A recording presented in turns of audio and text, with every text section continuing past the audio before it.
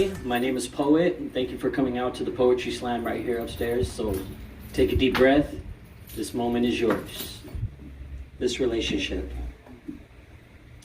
It was a bittersweet ending. It happens when anger and words we threw at one another. Word wars after another word war. We both knew no one, but no one wins these wars.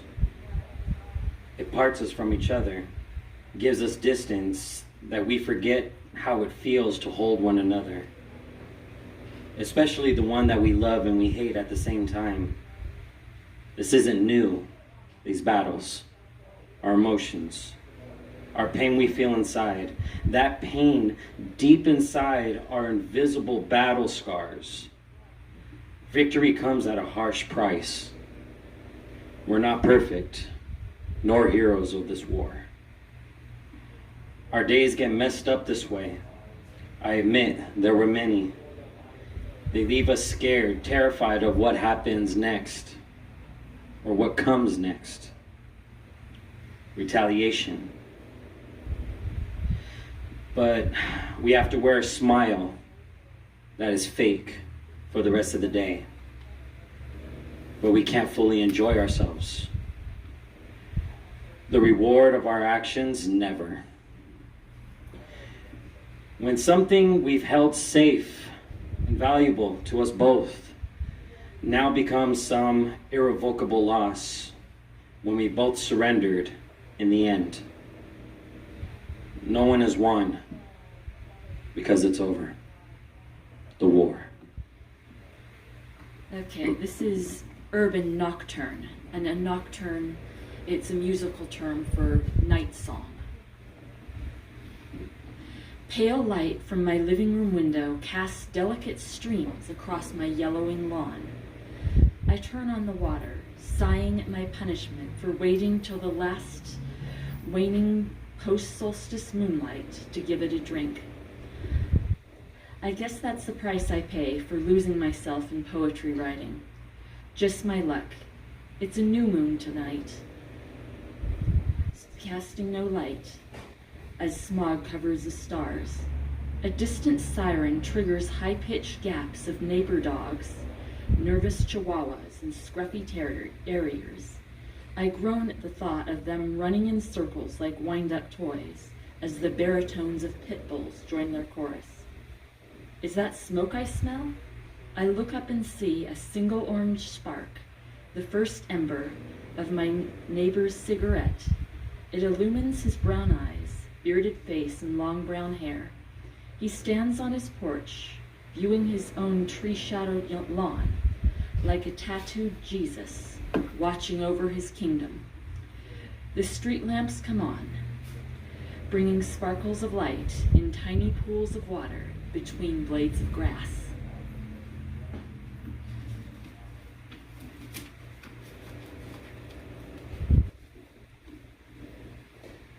And this is another one about moons. The afternoon moon. Grandmother reclines in the passenger seat while sunlight glows through white waves of her hair. Her cheeks rosy, she smiles at me as I drive our car east toward the Blossom Trail. I smile back, then remember my mask hides my mouth.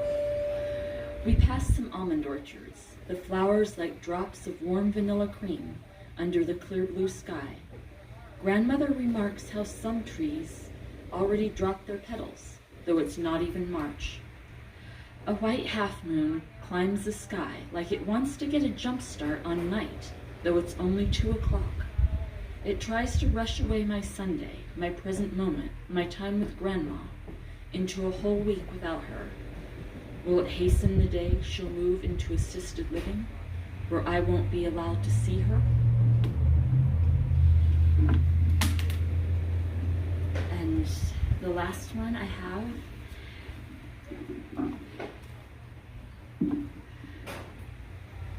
this was inspired by the twisted nursery rhymes in the books called Spinster Goose. I was the bad aunt and got it for my niece and nephew. It's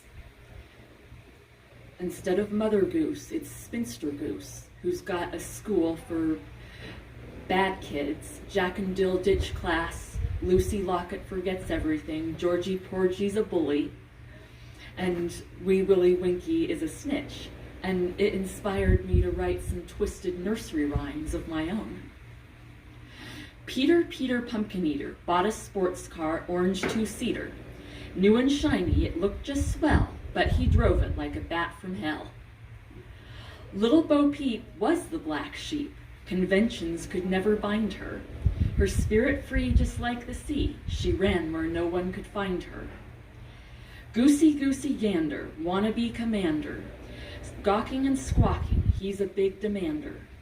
Little Miss Muffet decided to rough it and set up camp on a hill.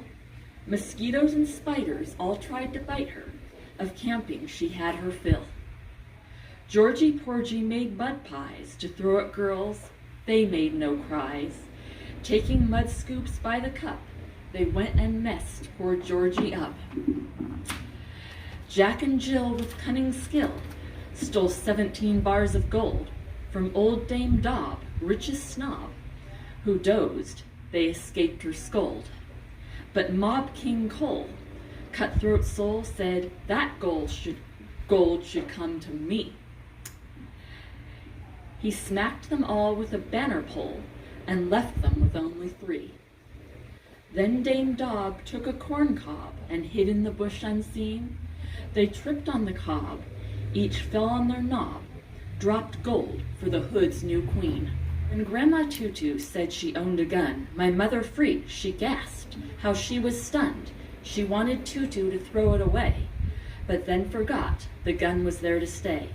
We never knew where Grandma Tutu hid, not even when she moved and then got rid of lots of stuff. But in the nursing home where Tutu died, my mom went through each tome and trinket and shirt. She thought she was done, but opened a drawer. There was the gun. And I just started writing like 2 years ago. So this poem, it doesn't have a title, but here it goes. It's raining and my mind works at rapid paces when the water falls. My feelings heighten like I'm drunk off this one night. The sound of droplets splashing against the earth slowly brings every emotion out of me. When this happens, I hear every drop. There's not one that I miss because it makes sure that I'm listening. Like a drum building suspense, I hold everything in until I can't. The rain induces my brain, and I follow the leader, my feelings leading the way. If I were to have a conversation right now, you would think I'm intoxicated.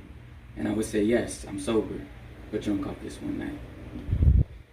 This one's actually from my book, Daydream. It's called Frozen. Always thinking of others instead of my mirror. Talking myself down to say I'll be fine. All without knowing it's eating me alive. Soon the sand reaches the bottom of my hourglass, and suddenly it's all around me. Quicksand of the soul. I lose who I am. I'm stuck and I don't know which way I should go. My name's Madeline. This is just something I wrote a long time ago, but I'll read it. I swear to you, I am not bitter. It does not mean I am not better. Waste away your days, I lay in the sun. You said that life is too hard to be won. You said it because you have never begun to be someone you could really love. So go with your voice and drink your poison. God, I am so glad that we are done. My name's Desiree. Okay, so I wrote this a long time ago. It says, I had seen my future in the eyes of blue. Don't look away. I had held the world in my hands, never let go. I had tasted the sweetest thing on earth, from your lips to my lips. I had heard of the most precious words of all, a treasure they say, I love you, I love you, I love you. Some say I was rich, but I was bound to be bankrupt. I had felt like a dungeon in myself caged. but you, oh you, the key to open me up. Barren I was alone, but as you entered me, I was overflowing.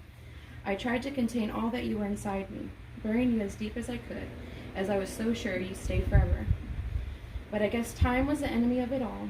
Like an hourglass, me and you were a few grains of sand, going down a whirlwind fast. The key left me. I tried to get the pieces of you back. I scrambled, I fought, I wept, I screamed. Didn't you hear me? I love you. Don't you want me? I love you. Wasn't I good enough? I love you. Please don't leave me. I love you. And as it goes, forever was the joke, and I was a fool. I hope you heard me. I loved you.